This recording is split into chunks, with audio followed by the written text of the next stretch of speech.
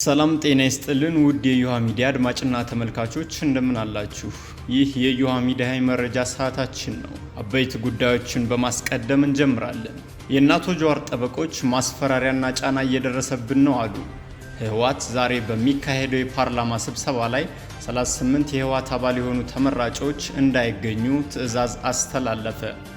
በትግራይ የሚገኙ አቃቢ ህጎች የሥራ ማቆም አድማ ሊያደርጉ ነው። ወደ ጅቡቲ በመመለስ ላይ የነበሩ ኢትዮጵያውያን ስደተኞች መሞታቸው ተሰማ። 4 የአማራ ማንነትና ወሰን አስመላሽ ኮሚቴ አባላት ጥምረት መሰረቱ። ዶናልድ ትራምፕ ደጋፊዎቻቸውን ለማየት ሆስፒታል ጥለው ወጡ የሚሉ ዘገባዎችን በዛሬው የዮሃ መረጃ ሰዓታችን የምናይ ይሆናል። የዮሃ መረጃ ሰዓታችን እየመራሁ ንጉሱ በቃሉ አብሬያችሁ ቆይታ አድርጋለሁ።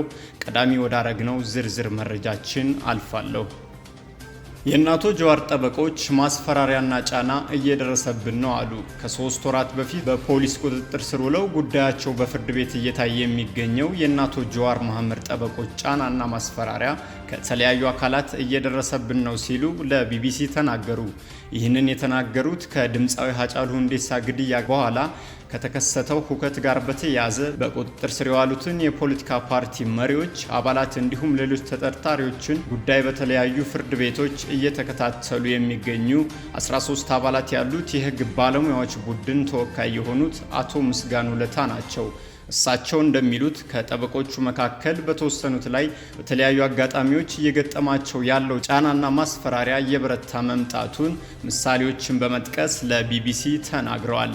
የጠበቆቹ ቡድን ተወካይ በእርሳቸውና በባልደረቦቻቸው ላይ እየደረሰ ነው ያሉትን ችግር በተመለከተ ምላሽ እንዲሰጡ ቢቢሲ ያነጋገራቸው የፌዴራል ጠቅላይ አቃቢ ህግ ጽህፈት ቤት ምክትል ጠቅላይ አቃቢ ህግ የሆኑት አቶ ፍቃዱ ጸጋ ጠበቆች እየደረሰብን ነው ያሉትን ተጽዕኖ አስመልክቶ ጽህፈት ቤታቸው የደረሰ መረጃ እንደሌለ ገልጸዋል። የተባለውን ነገር በተመለከተ መረጃ የለኝም። እነርሱ የህግ ባለሙያዎች ናቸው። የህግ ባለሙያ ስለሆኑ እንዲህ አይነት ችግር ሲገጥማቸው ለየትኛው አካል ማሳወቅ እንዳለባቸው ያውቃሉ። እስካሁን በዚህ ረገድ አንድም የደረሰን ቅሬታ የለም ብለዋል። አቶ ጀዋር መሐመድና በቀለ ገርባን ጨምሮ በሌሎች ተከሳሾች ጉዳይ ላይ በቡድን በመሆን ፍርድ ቤት በመቅረብ ጉዳያቸውን እየተከታተሉ የሚገኙት እነዚህ ጠበቆች በሙያችን ለደንበኞቻችን ቆመን በመከራከራችን ምክንያት ከቅርብ ጊዜ ወዲህ የሚደርስብን ማስፈራሪያና ችግር እየበረታ መጥቷል ሲሉ ተወካያቸው አቶ ምስጋን ተናግረዋል።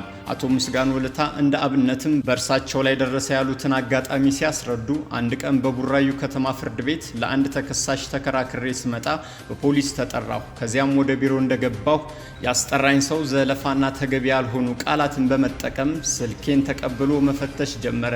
ሸኔ ነህ ብለውም አስረው አጉላልተውኛል ይላሉ። ከዚህ በተጨማሪም በአዲስ አበባ ከተማ የአራዳ ፖሊስ ጣቢያ የተገኙት ሌላ የጠበቆቹ ቡድን አባል የሆኑት አንድ የህግ ባለሙያ ላይ በጦር መሳሪያ ማስፈራሪያ እንደተፈጸመባቸው ጠቅሰዋል። እንዲሁም ባልታወቁ ሰዎች ከጠበቆቹ መካከል መኪና ተሰብሮ የተለያዩ ሰነዶች እንደተወሰደባቸው በማንሳት ጫናው የተለያየ መሆኑን አቶ ምስጋናው ጨምረው ገልጸዋል። በዚህም ሳቢያ ጠበቆቹ በሚደርስባቸው የመታሰር፣ ዘረፋ፣ ማንጓጠጥና ማስፈራራት የተነሳ የመኖሪያ አካባቢያቸውን ለቀው እስከ መሄድ የደረሱም አሉ። ስለዚህ የሚታይ ተጽዕኖና የስነ ልቦና ጫና እየደረሰብን ይገኛል በማለት ለቢቢሲ ተናግረዋል። ምክትል ጠቅላይ አቃቢ ህጉ አቶ ፍቃዱ ጸጋ በበኩላቸው እስካሁን ጠበቆቹ ፍርድ ቤት ቀርበው በነፃነት ለደንበኞቻቸው ሲከራከሩ እያየን ነው በማለት ነገር ግን እንዲህ አይነት ቅሬታ ካላቸው ደግሞ እዚሁ ፍርድ ቤት ላይ እየገጠመን ነው የሚሉትን ጉዳይ በማንሳት እስኪስተካከልላቸው መጠየቅ ይችላሉ ሲሉ ለቢቢሲ ምላሻቸውን ሰጥተዋል። አቶ ፍቃዱ እንደሚሉት የተጠቀሱት አይነት ችግሮች አጋጥሞ ከሆነ በጠበቆች ላይ የሚፈጸመው ተጽዕኖ በየትኛውም መስፈርት ተቀባይነት የለውም ብለዋል። ግለሰብ ይህንን ድርጊት ሊፈጽም ይችላል። በቢሮ ደረጃ እንዲህ አይነት ነገር ይፈጸማል ብዬ አላስብም። ተደርጎ ከሆነ ደግሞ ትልቅ ወንጀል ነው ሲሉም አክለዋል። ጨምረውም ጠበቆቹ በሙያቸው በሕግ ፊት ለተከሳሾች መብት ተከራካሪ መሆናቸውን አመልክተው ይሁን እንጂ በቀረበው ቅሬታ እውነት ላይ ጥርጣሬ አለኝ ሲሉ ተናግረዋል። ነገር ግን የትኛውም ጠበቃ ደረሰብኝ ለሚለው የትኛውም አይነት ተጽዕኖ ተጨባጭ መረጃ ካለው ወደ ፌዴራል ጠቅላይ ፍርድ ቤት በመውሰድ ቅሬታውን ማቅረብ እንደሚችል አቶ ፍቃዱ ገልጸዋል። ከወራት በፊት በአዲስ አበባና በአንዳንድ የኦሮሚያ ከተሞች ተከስቶ ለበርካታ ሰዎች ሕይወት መጥፋትና በቢሊዮን ብሮች ለሚገመት ንብረት መውደም መከሰት ምክንያት ከሆነው ሁከት ጋር በተያያዘ በርካቶች ጉዳያቸው በፍርድ ቤት እየታየ ነው። ከዚሁ ጋር በተያያዘ ክስ ለተመሰረተባቸው የፖለቲካ ፓርቲ አባላትና ሌሎችም ጉዳይ በተመለከተ በፍርድ ቤት ተጠርጣሪዎች በመወከል ጉዳያቸውን የሚከታተሉ ከ10 በላይ የሚሆኑ ጠበቆች ያሉበት አንድ የሕግ ባለሙያዎች ቡድን ጥብቅና መቆሙ ይታወቃል። ህወሓት ዛሬ በሚካሄደው የፓርላማ ስብሰባ ላይ 38 የህወሓት አባል የሆኑ ተመራጮች እንደማይገኙ ትዕዛዝ አስተላለፈ። በነሐሴ ወር 2012 ዓ.ም ይካሄዳል ተብሎ የጊዜ ሰሌዳ የወጣለት ሀገር አቀፍ ምርጫ በኮሮና ወረርሽኝ መከሰት ምክንያት ባለመካሄዱ የሁለቱ ምክር ቤቶች የስራ ዘመን ምርጫ ተደርጎ በህዝብ በሚመረጡ ወኪሎች እስኪተኩ ድረስ በስራ ላይ እንዲቆዩ የፌዴሬሽን ምክር ቤት በሰጠው በህገ መንግስት ትርጉም መወሰኑ ይታወቃል። በዚህ ውሳኔ ላይ የተወሰኑ የፖለቲካ ፓርቲው ተቃውሞ እያቀረቡበት ሲሆን የትግራይ ክልልን እያስተዳደረ የሚገኘው ህወሓት በግንባር ቀደምትነት ይጠቀሳል። ህወሓት የትግራይ ህዝብን በመወከል 38 ወንበሮች በህዝብ ተወካዮች ምክር ቤት ያሉት ሲሆን ሰኞ በሚጀምረው የምክር ቤቱ ስብሰባ አባላቱ እንዳይገኙ በመወሰን ትዕዛዝ ማስተላለፉን የፓርቲው ስራ አስፈጻሚ ኮሚቴ አባልና የፓርላማ ተመራጭ የሆኑት አቶ አስመላሽ ወልደስላሴ ለትግራይ ክልል ሚዲያ ሰሞኑን ገልጸዋል። አቶ አስመላሽ ከመስከረም 25 2013 ዓ.ም በኋላ የህዝብ ተወካዮችና የፌዴሬሽን ምክር ቤቶች እንዲሁም የሚኒስትሮች ምክር ቤቶች ህጋዊነት እንደሌላቸው በመግለጽ የህወሓት አባል የሆኑ ተመራጮች በእነዚህ ምክር ቤቶች እንዳይሳተፉ ትዕዛዝ ማስተላለፉን አስታውቀዋል። የህዝብ ተወካዮች ምክር ቤት አፈ ጉባኤ አቶ ታገሰ ጫፎ ከመስከረም 25 ቀን በኋላ ህጋዊነት ያለው መንግስት የለም ተብሎ ለሚነሳው ክርክር ከሁለት ሳምንት በፊት በሰጡት ምላሽ በህገ መንግስቱ መሰረት የተቋቋሙ የሀገሪቱ ተቋማት ውሳኔዎችን ማክበር እንደሚገባ የሚገልጽ ምላሽ ሰጥተዋል። ለህገ መንግስቱ መገዛት የሚጀምረው በህገ መንግስቱ መሰረት ተቋቁመው ህገ መንግስቱ የሰጣቸውን ኃላፊነት መሰረት ያደረገ ውሳኔ የሰጡ ተቋማትን በማክበርና ውሳኔያቸውን በመፈጸም እንደሆነ የተናገሩት አፈ ጉባኤው ውሳኔያቸውን በተመለከተ የፖለቲካ ልዩነት ወይም እይታ ቢኖር እንኳን ልዩነቱን ገልጾ ለውሳኔው መገዛት የዲሞክራሲያዊ ስርዓት ባህል መሆኑን አስገንዝበዋል። ከዚህ ውጭ መሆን ግን በህግ እንደሚያስጠይቅ አስታውቀዋል። የተራዘመው ምርጫ በ2013 ዓ.ም እንደሚካሄድ በህዝብ ተወካዮች ምክር ቤት ከጥቂት ሳምንታት በፊት መወሰኑ ይታወሳል። ይህ በዚህ እንዳለ አርብ መስከረም 22 2013 ዓ.ም የፌዴሬሽን ምክር ቤት አፈ ጉባኤ አቶ አደም ፋራህ ለህገ መንግስቱ ተገዢ ያልሆኑና ሰላም የማይፈልጉ ቡድኖች ላይ እርምጃ ለመውሰድ የሚያስችል በቂ ህገ መንግስታዊ መሰረት መኖሩን አስታውቀዋል። ከነዚህ ቡድኖች ውስጥ አንዱ ነው ያሉት የትግራይ ክልላዊ መንግስት ይህ ህገ መንግስታዊ በሆነ መንገድ ምርጫ ማካሄዱም ይህም ተግባሩ ህገ መንግስቱን አደጋ ላይ የሚጥል ነው ብለዋል። በዚህም መሰረት ከሚወሰዱ እርምጃዎች መካከል የትግራይ ክልልን ህግ አውጭና ህግ አስፈጻሚ ማገድ ህገ መንግስታዊ አካሄድ መሆኑን ጠቁመዋል። ስለዚህም ለፌዴራል መንግስት ተጠሪ የሆነ ጊዜያዊ መንግስት ማቋቋም እንዲሁም የፌዴራል የጸጥታ አካላትን በማሰማራት ህገ መንግስቱን አደጋ ላይ የጣለውን ድርጊት መቆጣጠር ህጋዊ መሰረት እንዳለው አስረድተዋል። በኮሮና ወረርሽኝ መከሰት ምክንያት የ5 ዓመት የምርጫ ዘመናቸው የተራዘመ የህዝብ ተወካዮችና የፌዴሬሽን ምክር ቤት ተጨማሪ የስራ ዘመን ሰኞ መስከረም 25 ቀን 2013 ዓ.ም በጋራ በሚያካሂዱት ስብሰባ በይፋ ይጀመራል። ሁለቱም ምክር ቤቶች በዓመታዊ ረፍታቸው ላይ የሰነበቱ ሲሆን ከ5 ዓመት በላይ የተራዘመውን ተጨማሪ የስራ ዘመን ሰኞ በሚያደርጉት የጋራ ስብሰባ የሀገሪቱ ርዕሰ ብሔር ሳህለወርቅ ዘውዴ ምክር ቤቶቹ በተጨማሪ የስራ ዘመናቸው ትኩረት ሰጥተው የሚተገብሯቸውን አበይት ተልዕኮዎች አስመልክቶ በሚያደርጉት ንግግር እንደሚጀምሩ ከህዝብ ተወካዮች ምክር ቤት የተገኘው መረጃ ያመለክታል።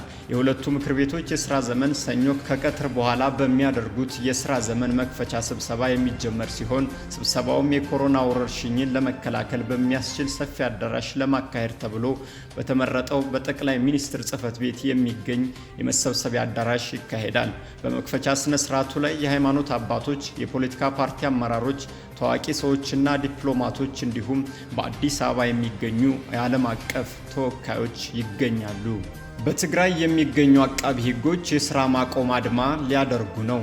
በትግራይ ክልል የሚገኙ አቃቢ ሕጎች በክልሉ መንግስት የፖለቲካ ጣልቃ ገብነትና በአመራሮች ፖለቲካዊ ጫና ምክንያት የስራ ማቆም አድማ ሊያደርጉ ነው። ባለብን ከፍተኛ የደህንነት ስጋት ምክንያት ስማችን አይጠቀስብን ያሉ አቃቢ ሕጎች ለኢትዮጵያ ፕሬስ ድርጅት ዛሬ እንደተናገሩት በክልሉ መንግስት የፖለቲካ ጣልቃ ገብነት ስራቸውና ኑሯቸው እየጎዳው ነው።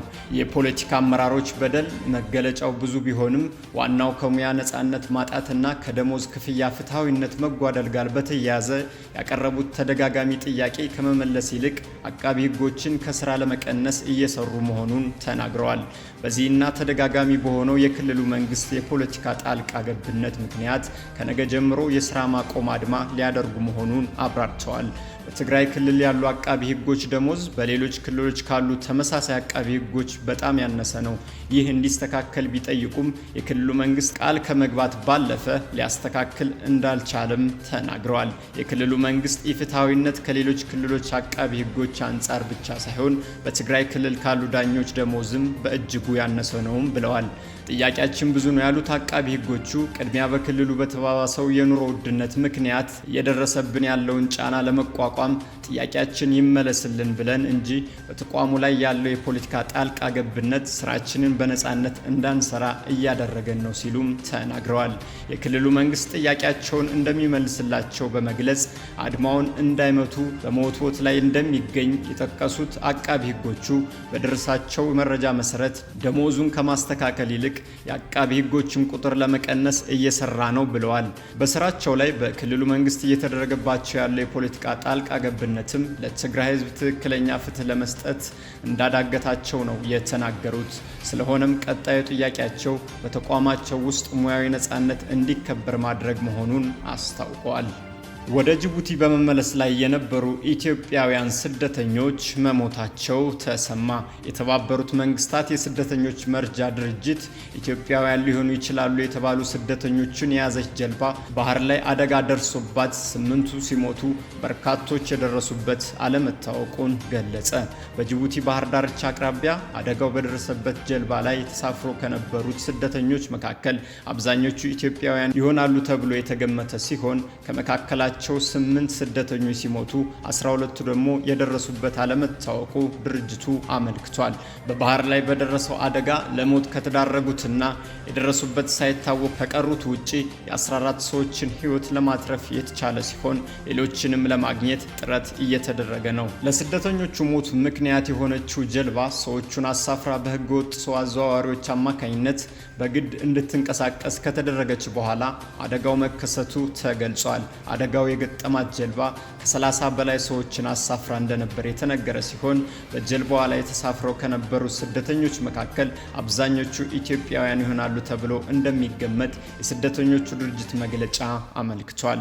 በባህር ላይ በደረሰው አደጋ ለሞት የተዳረጉትና የደረሱበት ያልታወቁት እነዚህ ስደተኞች ከየመን ወደ ጅቡቲ እየተመለሱ የነበሩ ናቸው ሲሉ መረጃው አክሎ ገልጿል። የአካባቢው ሀገራት በሁለት ጎራ ተከፍለው በሚደግፉት ለዓመታት በተካሄደ የእርስ በርስ ጦርነት በምትታመሰው የመን ውስጥ የሚገኙ ስደተኞች ለከባድ ችግር መጋለጣቸው በተደጋጋሚ እየተነገረ ነው። በባህር ላይ ሳሉ በጀልባው ላይ አደጋ የደረሰባቸው ስደተኞችም የመን ውስጥ ካለው ጦርነት ለመሸሽ ወደ ጅቡቲ እየተመለሱ ያሉ ስደተኞች ሳይሆኑ እንደማይቀሩ ተገምቷል። ሳውዲ አረቢያ የኮሮና ቫይረስን ለመቆጣጠር በሚል ከ14000 በላይ አፍሪካውያን ስደተኞች ከሀገሯ ማስወጣቷ የተገለጸ ሲሆን እነዚህ ስደተኞች በየመን መንቀሳቀሻ አጥተው እንደሚገኙም ተገልጿል።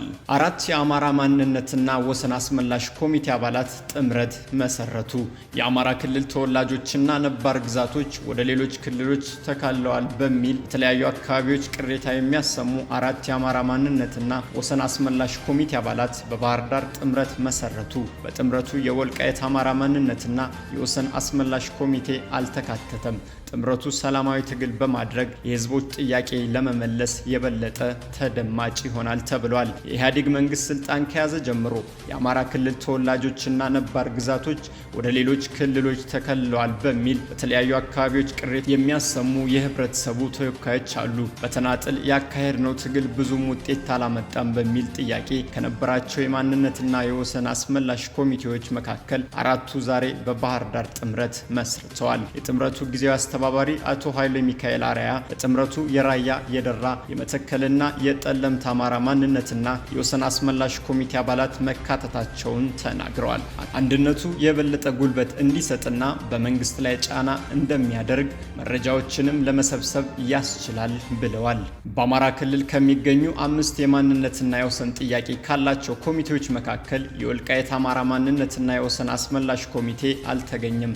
ምክንያቱንም አቶ ኃይለ ሚካኤል ሲያብራሩ በቦታው የነበሩት የራያ ተወላጅና በአዲስ አበባ ዩኒቨርሲቲ የፌዴራሊዝም ሰብአዊ መብት ረዳት ፕሮፌሰር ዶክተር ሲሳይ መንግስቴ በሰጡት አስተያየት በጋራ መታገሉ የተሻለ ውጤት ለማስመዝገብ ያግዛል።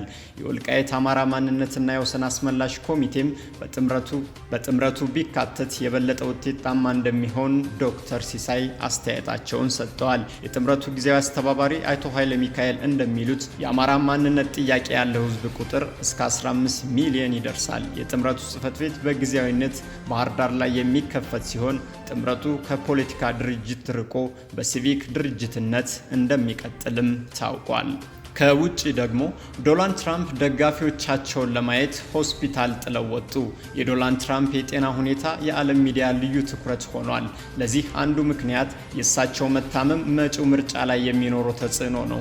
በአሜሪካ የምርጫው አሸናፊ ሊከተለው የሚችለው ፖሊሲ የብዙ አገራትን ዕጣ ፈንታ በአንድም ሆነ በሌላ መልኩ የሚነካ መሆኑ ሌላ ምክንያት ነው። በሜሪላንድ አቅራቢያ ወታደራዊ ሆስፒታል ውስጥ የሚገኙት ትራምፕ ጤናቸው በምን ሁኔታ ላይ ነው የሚገኘው በሚለው ጉዳይ ላይ እርስ በርሳቸው የሚጋጩ መረጃዎች እየወጡ ባሉበት ወቅት ጥቁር ሱፍ ያለ ከረባት ለብሰው ከሆስፒታል ወጣ ብለው በመታየት ዓለምን አስደንቀዋል። ከሰዓታት በፊት ትራምፕ ባልተጠበቀ ሁኔታ በጥቁር መኪናቸው የኋላ መቀመጫ ሆነው ከሆስፒታል ውጭ ታይተዋል። ከሆስፒታል የወጡትም ጤና እንዲሆኑ የሚመኙላቸው ደጋፊዎቻቸውን ሰላም ለማለትና አድናቆታቸውን ለመግለጽ ነው። እርሳቸው የሚገኙበት መኪና ከሆስፒታሉ ደጅ ዋናው አስፋልት ላይ ወዲያ ወዲህ ሲዟዟር ታይቷል። ይህ የትራምፕ ያልተጠበቀ ድርጊታቸው አንዳንድ ተቺዎቻቸውን አስቆጥቷል። ዶናልድ ትራምፕን ከሆስፒታል በመኪና ይዘዋቸው የወጡት ሹፌራቸውና ጠባቂዎቻቸው ሁሉም ራሳቸውን ማግለል ይኖርባቸዋል ተብለዋል። ምክንያቱም በአንድ መኪና ውስጥ ቫይረሱ ካለበት ሰው በዚያ ቅርበት መቀመጣቸው ለበሽታው ተጋላጭ ስለሚያደርጋቸው ነው። ትራምፕ የሚታከሙበት ሆስፒታል ውስጥ የሚሰሩ ሐኪሞች ሳይቀሩ ድርጊቱን ተችተዋል። በጆርጅ ዋሽንግተን ዩኒቨርሲቲ የአጣዳፊ በሽታዎች ፕሮፌሰር ዶክተር ጄምስ ፊሊፕ በትዊተር ሰሌዳቸው እንደጻፉት የትራምፕ መኪና ከጥይት ይከላከል ይሆናል እንጂ ከቫይረሱ አይከላከልም። መኪናው ውስጥ አብሯቸው የነበሩት ሰዎች ለአደጋ ተጋልጠዋል ብለዋል። መመርመርና ለ14 ቀናት የጤናው ሸባ መግባትም ይኖርባቸዋል ሲሉ አሳስበዋል። ከ250 ሺህ በላይ አሜሪካውያን ሞተዋል። አሁን የምንፈልገው ቆራጥ አመራር ነው፣ በፎቶ ከአልጋ የሚነሳ መሪ አይደለም ብለዋል። የታችኛው ምክር ቤት የዲሞክራቲክ ተወካዮች ሊቀመንበር ሐኪም ጆ ፍሪስ ትራምፕ ከመኪናቸው ሳይወርዱ በመስኮት እጃቸውን እያውለበለቡ ደጋፊዎቻቸውን ሰላም ብለዋል። ትራምፕ በአሜሪካ ሰዓት አቆጣጠር ምናልባትም ከሰዓታት በኋላ ሙሉ በሙሉ ከተኙበት ከዋልተር ሪድ ሆስፒታል ወጥተው ወደ ዋይት ሃውስ ቤታቸው ሊያመሩ እንደሚችሉ ይጠበቃል። ትራምፕ ሆስፒታል ሳሉ ጤናቸው በምን ሁኔታ ላይ ይገኝ ነበር የሚለው አሁንም የጠራ መረጃ የለም። መጠነኛ የኮቪድ ምልክቶች ከማሳየት ባሻገር ደህና ሆነው ነው የቆዩት የሚለው መረጃ ግን የተሳሳተ እንደነበር ተረጋግጧል። የግል ሐኪማቸው ጭምር እንዳመኑት ትራምፕ የኦክሲጅን መጠናቸው ወርዶ የተነፍሱ የነበረው ኦክሲጅን ተገጥሞላቸው እንደነበር ኋላ ላይ የወጡ መረጃቸው አስረድተዋል። የኦክሲጅን መጠናቸው የወረደው ደግሞ ከአንዴም 2 ጊዜ ነበር። ይህም በመሆኑ ስቴሮይድ ዴክሳሜታዞን መድኃኒት እንዲወስዱ ተደርጓል። ዴክሳሜታዞን መድኃኒት እንዲወስዱ የሚደረጉ ታማሚዎች ሞት አፋፍ ላይ ሲሆኑ ወይም በሽታቸው ለሕይወታቸው እጅግ አደገኛ በሚሆንበት ጊዜ ነው። ትራምፕ ይህን መድኃኒት ይወስዱ ነበር የሚለው መረጃ ለሚዲያ የተነገረው እጅግ ዘግይቶ ነበር። ከዚህ መድኃኒት በተጨማሪም ገና በሙከራ ላይ የነበሩ መድኃኒቶችንም ሲወስዱ እንደነበር ተገልጿል። ትራምፕ በዚህ ለሕይወታቸው አስቸጋሪ በሆነ ሰዓት እንኳ ደህና ስለመሆናቸው ከሆስፒታል ሆነው ስራቸውን እያጧጧፉት እንደሆነ ነበር ሲገለጽ የነበረው። ዶናልድ ትራምፕ ትናንት እሁድ ሆስፒታሉን ለአፍታ ጥለው ወጥተው ደጅ የሚገኝ ደጋፊዎቻቸውን ቃይተው ከመመለሳቸው ጋር ተያይዞ በትዊተር ሰሌዳቸው የስላቅ የሚመስል መልእክት ትተዋል። አሁን ስለ ኮቪድ ብዙ ተምሬያለሁ። ትምህርት ቤት ሄጄ ነው የተማርኩት። ይህ ትክክለኛ ትምህርት ቤት ነው። ደብተርና ስክሪፕቶ የማያስፈልግበት ትምህርት ቤት። ኮቪድ ምን ማለት እንደሆነ ብዙ አውቄያለሁ፣ ያወቅኩትንም አሳውቃለሁ ሲሉ ጽፈዋል። ዶናልድ ትራምፕ በኮቪድ ጉዳይ ላይ ሲሳለቁ የኖሩ መሪ ናቸው። በተዋሲያኑ መያዛቸው ከተረጋገጠ ወዲህ ለሕይወታቸው አስጊ ሆኖ የታየው ያለ መጠን መወፈራቸውና እድሜያቸውም 74 ዓመት በመሆኑ ነበር። የተከበራችሁ የዮሃ ሚዲያ አድማጭና ተመልካቾች የዛሬው የዮሃ ሚዲያ መረጃችን እየተከታተላችሁትን ይመስል ነበር። የዛሬውን የዮሃ የመረጃ ሰዓታችንን እየመራሁ ንጉሱ በቃሉ ከእናንተ ጋር ቆየው። መልካም ጊዜ